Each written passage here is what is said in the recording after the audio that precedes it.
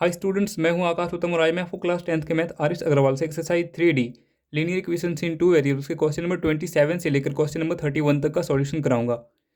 And अगर आपको exercise 3D के क्वेश्चन नंबर 1 से लेकर क्वेश्चन नंबर 26 तक में कोई डाउट हो तो आप मेरे चैनल पर जाकर वीडियोज़ को देख सकते हैं, मैंने पहले ही अपलोड कर दिया है। तो देखिए, एक्सरसाइज 3D के क्वेश्चन नंबर 27 से लेकर क्वेश्चन नंबर 31 तक में हमें सेम कंडीशन दिया हुआ है। मैंने यहाँ पे कंडीशन को लिखा नहीं है बट मैं इसे बता देता हूँ। तो देखिए, यहाँ पे हमें ये कंडीशन दिया हुआ है कि हमें यहाँ पे के वैल्यू को फाइंड करना है, जिसके लिए जो गिवन सिस्टम ऑफ इक्वेशंस हैं इसका कोई भी सॉल्यूशन ना हो। तो चलिए इस क्वेश्चन को सॉल्व करते हैं।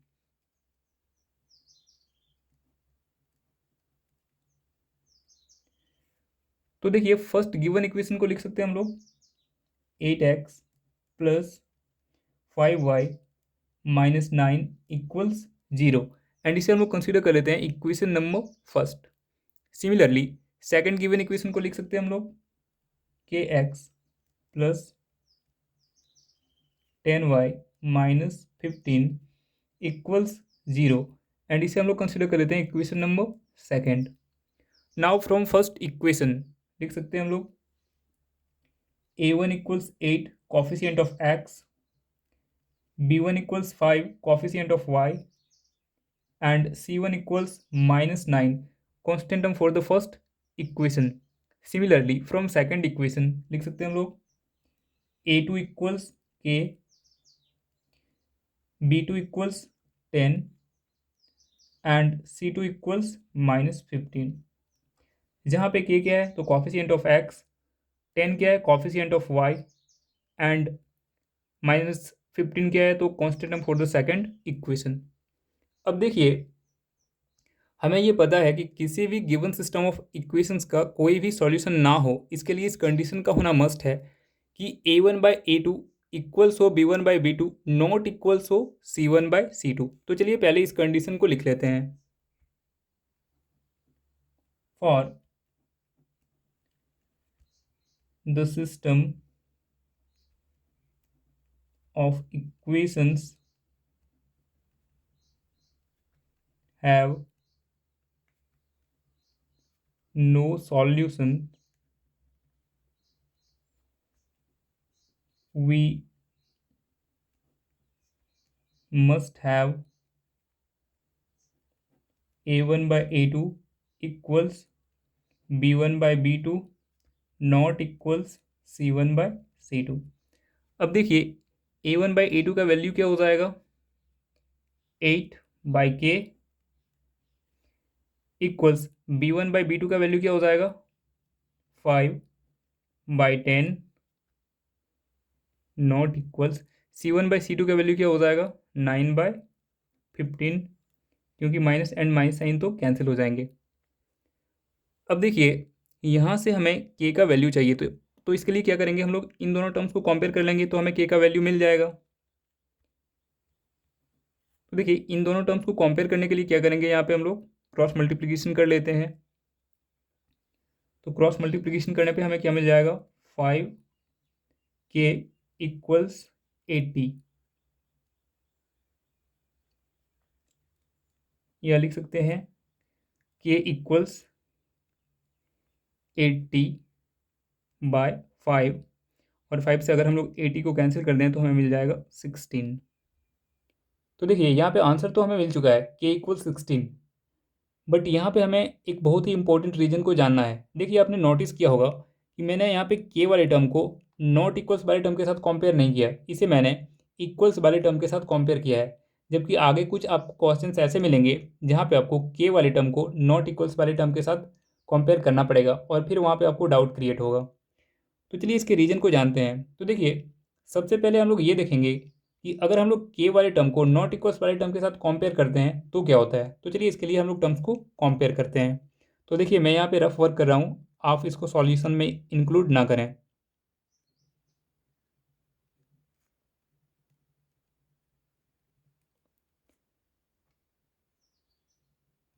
एट बाई के नॉट इक्वल्स 9/15। अब देखिए, इन दोनों टर्म्स को कंपेयर करने के लिए हम लोग यहाँ पे क्रॉस मल्टीप्लिकेशन कर लेंगे। तो देखिए, क्रॉस मल्टीप्लिकेशन करने पे हमें मिलेगा 9 × k 9k not equals 15 into 8 120, या लिख सकते हैं के नॉट इक्वल्स 120/9। एंड अगर हम लोग 120/9 को कैंसिल करेंगे तो हमें मिल जाएगा 40/3, या लिख सकते हैं के नॉट इक्वल्स 40/3। तो देखिए यहाँ पे हमें के नॉट इक्वल्स मिला है 40/3, तो इसका मतलब ये है कि यहाँ पे के का वैल्यू 40/3 नहीं हो सकता। एंड देखिए क्वेश्चन में हमें पूछा गया था कि के इक्वल्स क्या होगा, हमें ये नहीं पूछा गया था कि के नॉट इक्वल्स क्या होगा।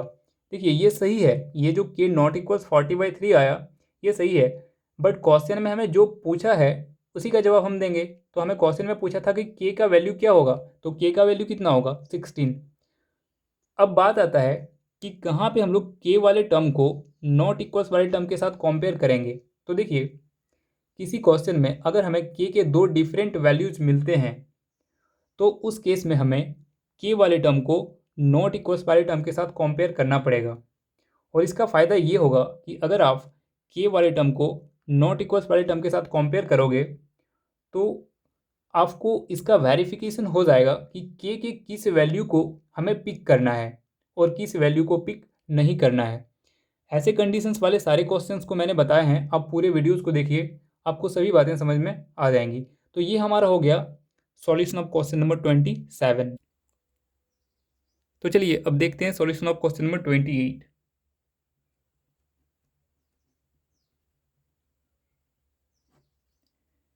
तो देखिए फर्स्ट गिवन इक्वेशन को लिख सकते हैं हम लोग k x plus 3y-3 equals 0, and इसे हम लोग कंसिडर कर लेते हैं equation number first.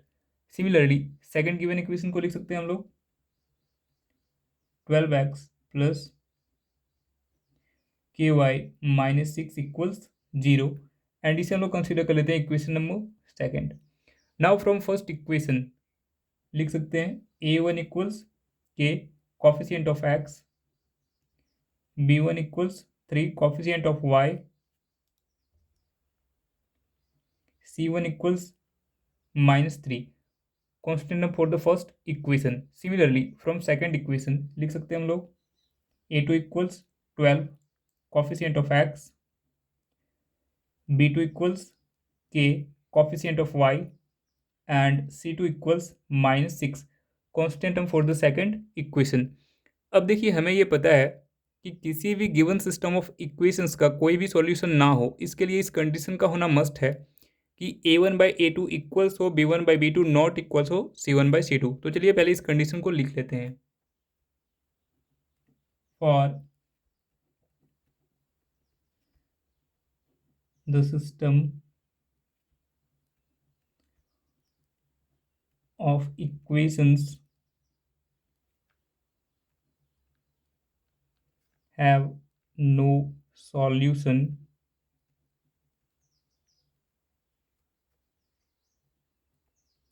we must have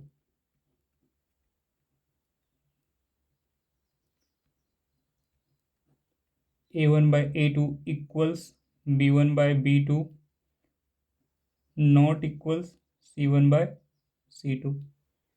अब देखिए a1/a2 का वैल्यू क्या हो जाएगा हमारा k/12 इक्वल्स b1/b2 का वैल्यू क्या हो जाएगा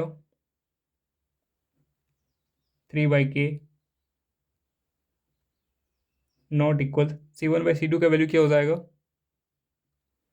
3/6, क्योंकि माइनस एंड माइनस साइन तो कैंसिल हो जाएंगे। तो देखिए अब हमें k का वैल्यू चाहिए, तो चलिए इसे आगे सॉल्व करते हैं। देखिए पहले हम लोग इन दो टर्म्स को कंपेयर कर लेंगे, और इसके लिए हमें क्या करना पड़ेगा, तो क्रॉस मल्टीप्लिकेशन। तो लिख लेते हैं पहले k/12 equals 3/k and 3/k not equals 3/6। देखिए मैंने इस टर्म को इसलिए लिखा है क्योंकि इसका ज़रूरत पड़ेगा। अभी आप आगे सॉल्यूशन को देखिए क्योंकि यहाँ से के का 2 वैल्यू मिलेगा और उन 2 वैल्यू में से एक ही कोई ट्रू वैल्यू होगा और एक फॉल्स होगा, जिसका वेरिफिकेशन इस टर्म से होगा। इसलिए मैंने यहाँ पे दोनों टर्म्स लिख लिए हैं।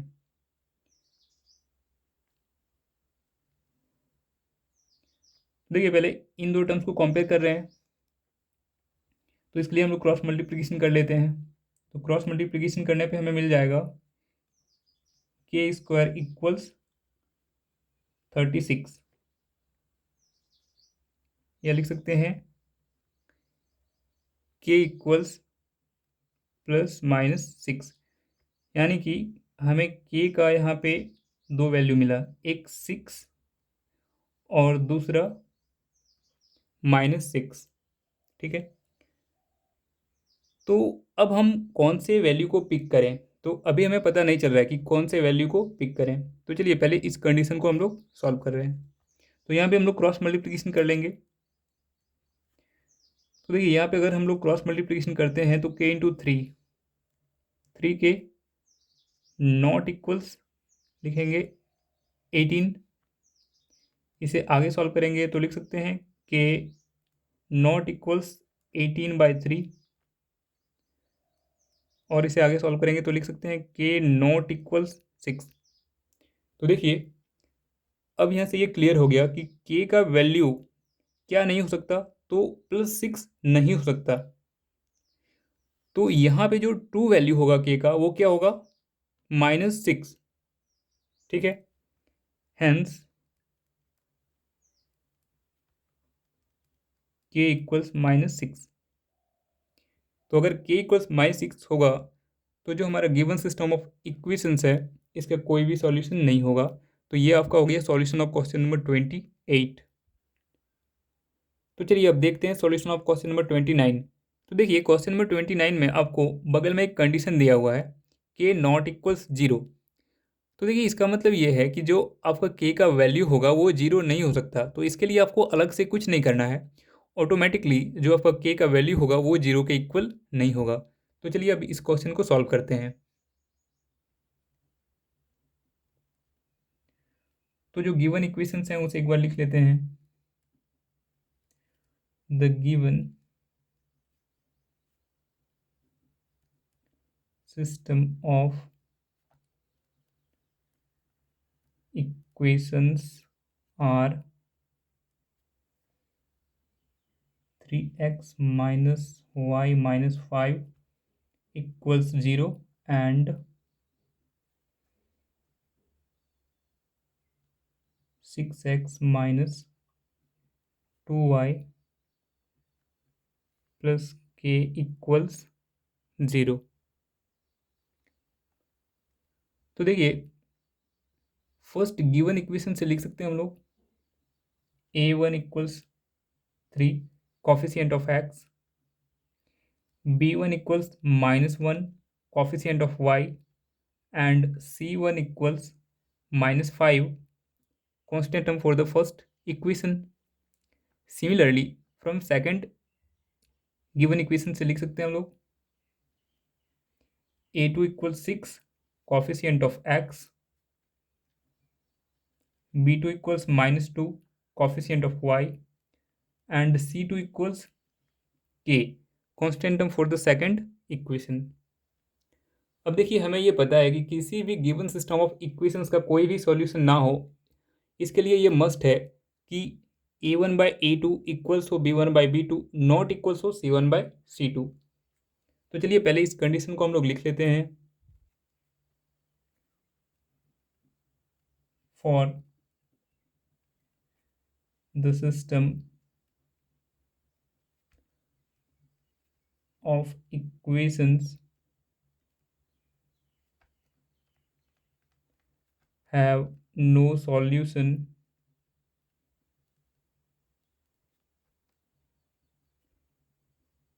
we must have a1/a2 equals b1/b2 not equals c1/c2। अब देखिए a1/a2 का वैल्यू क्या हो जाएगा, तो 3/6 इक्वल्स b1/b2 का वैल्यू क्या हो जाएगा 1/2, क्योंकि माइनस एंड माइनस साइन तो कैंसिल हो जाएंगे, एंड नॉट इक्वल c1/c2 का वैल्यू क्या हो जाएगा -5/k। अब देखिए हमें यहाँ से k के वैल्यू को फाइंड करना है,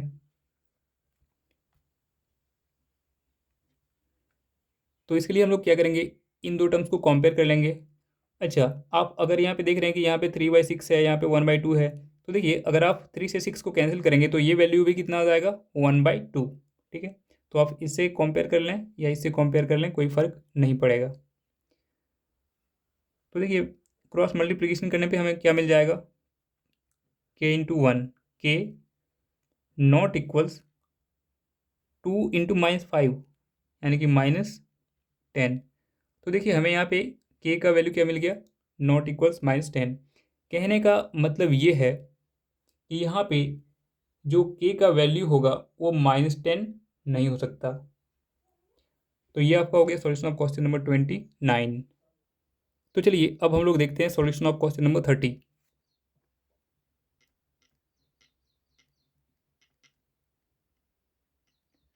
तो देखिए फर्स्ट गिवन इक्वेशन को लिख सकते हैं हम लोग, kx + 3y minus of k-3 equals 0, and इसे हम लोग कंसिडर कर लेते हैं equation number first. Similarly second given equation को लिख सकते हैं हम लोग 12x + ky minus of k equals 0, and इसे हम लोग कंसिडर कर लेते हैं equation number second. Now from first equation लिख सकते हैं a1 equals k coefficient of x, b1 equals 3 coefficient of y, and c1 equals minus of k-3 constant for the first equation। Similarly from second equation लिख सकते हैं हम लोग a2 equals 12 coefficient of x, b2 equals k coefficient of y, and c2 equals -k constant for the second equation. अब देखिए हमें ये पता है कि किसी भी गिवन सिस्टम ऑफ इक्वेशंस का कोई भी सॉल्यूशन ना हो, इसके लिए इस कंडीशन का होना मस्ट है कि a1/a2 इक्वल्स हो b1/b2 नॉट इक्वल्स हो c1/c2। तो चलिए पहले इस कंडीशन को लिख लेते हैं। For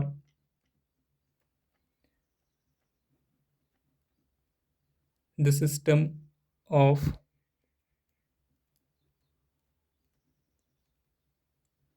equations have no solution,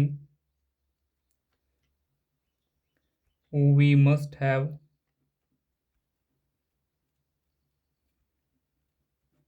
a1/a2 equals b1/b2 not equals c1/c2।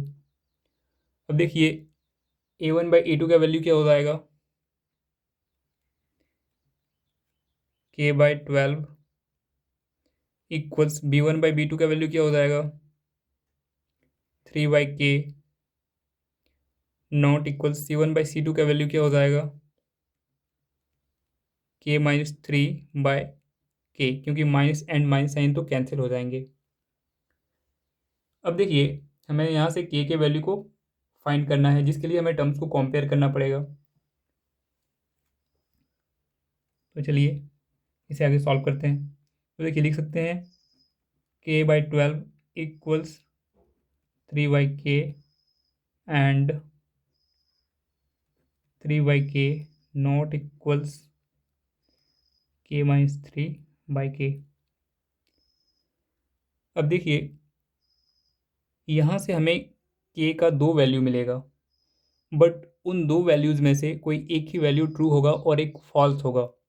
तो कौन सा वैल्यू ट्रू होगा और कौन सा वैल्यू फॉल्स होगा, इसे जानने के लिए हमें इस टर्म को सॉल्व करना पड़ेगा और यहाँ से वो वेरीफाई हो जाएगा। तो चलिए आगे सॉल्व करते हैं। तो देखिए पहले इन दो टर्म्स को कंपेयर करते हैं। तो यहाँ पे हम लोग क्रॉस मल्टीप्लिकेशन कर लेंगे तो हमें मिल जाएगा k² इक्वल्स 36 या लिख सकते हैं k इक्वल्स प्लस माइनस 6। तो हमें k का वैल्यू यहाँ पे क्या मिल गया, 6 और माइनस 6। अब हम लोग इन दो टर्म्स को कंपेयर करने के लिए यहाँ भी क्रॉस मल्टीप्लिकेशन कर लेते हैं। तो देखिए हमें मिल जाएगा क्रॉस मल्टीप्लिकेशन करने पे k इंटू के स्क्वायर के इंटू माइनस थ्री के नॉट इक्वल्स के इंटू थ्री के, या लिख सकते हैं के square not equals 3k plus 3k। मैंने -3k को इक्वल्स के नॉट इक्वल्स के राइट साइड में शिफ्ट कर दिया, या लिख सकते हैं के स्क्वायर नॉट इक्वल्स 6k, या लिख सकते हैं के नॉट इक्वल्स 6k बाय के। अब देखिए यहाँ पे के एंड के तो कैंसिल हो जाएगा, तो हमें के नॉट इक्वल्स मिल जाएगा 6। कहने का मतलब ये है कि यहाँ पे के का वैल्यू 6 नहीं हो सकता। तो देखिए अब यहाँ पे दो वैल्यूज़ हैं, एक 6 और एक -6, तो +6 तो होगा नहीं, तो हमारा ट्रू कौन सा वैल्यू होगा, -6। हैंस के इक्वल्स -6। ये आपका सॉल्यूशन हो गया क्वेश्चन नंबर 30 का। तो चलिए अब हम लोग देखते हैं सॉल्यूशन ऑफ क्वेश्चन नंबर 31। तो देखिए क्वेश्चन नंबर 31 को सॉल्व करने से पहले हम लोग एक दो बातों को जानेंगे। जैसे कि देखिए क्वेश्चन नंबर 31 में जो गिवन सिस्टम ऑफ इक्वेशंस हैं, ये होमोजेनियस सिस्टम ऑफ इक्वेशंस हैं, and homogeneous system of equations को सॉल्व करने के लिए एक दो कंडीशंस हैं। तो चलिए पहले उन्हें जान लेते हैं। तो देखिए मैं यहाँ पे रफ में लिख दे रहा हूँ, आपको बुक में भी आपका दिया हुआ है। Homogeneous system of equations.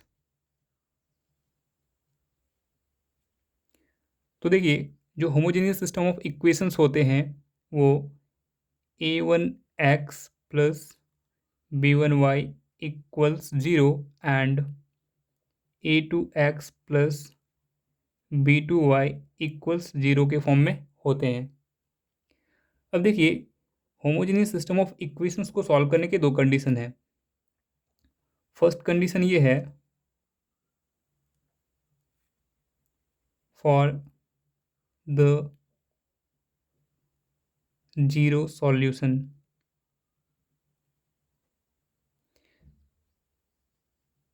a1 by a2 not equals b1 by b2।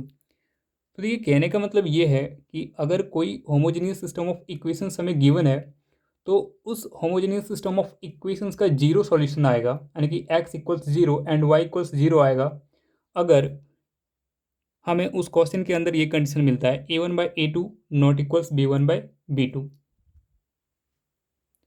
और दूसरा कंडीशन है कि अगर हमें दो होमोजेनियस सिस्टम ऑफ इक्वेशंस दिए हुए हैं तो उस होमोजेनियस सिस्टम ऑफ इक्वेशंस का infinitely many non zero solutions आएगा अगर a1 बाय a2 इक्वल्स होगा b1 बाय b2। तो चलिए मैं इस कंडीशन को भी लिख देता हूँ, for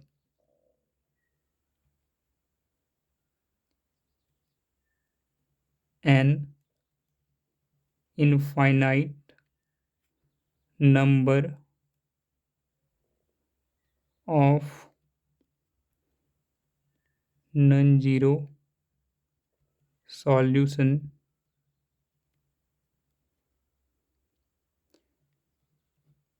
a1 by a2 equals होना चाहिए b1 बाय b2। अब देखिए जो हमें क्वेश्चन में दिया हुआ है, यहाँ पे क्या दिया हुआ है, तो हमें यहाँ पे के वैल्यू को फाइंड करना है जिसके लिए जो गिवन सिस्टम ऑफ इक्वेशंस हैं इसका नॉन जीरो सॉल्यूशन हो। तो चलिए अब इस क्वेश्चन को सॉल्व करते हैं।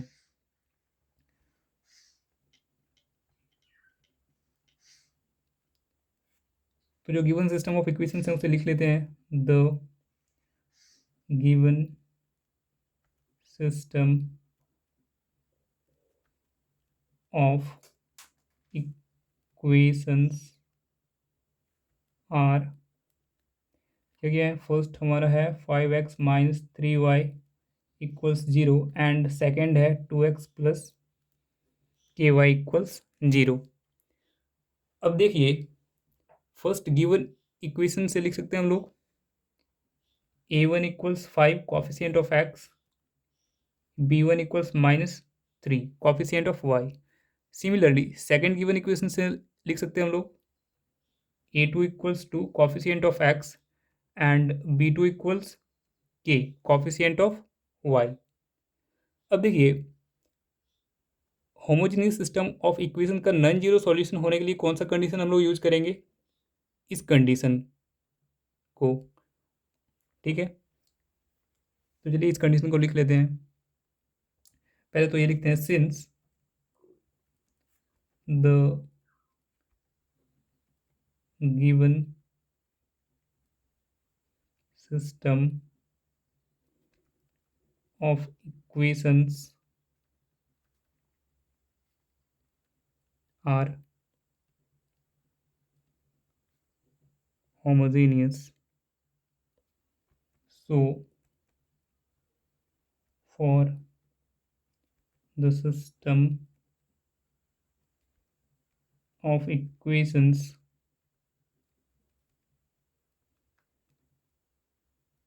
has a non-zero solution,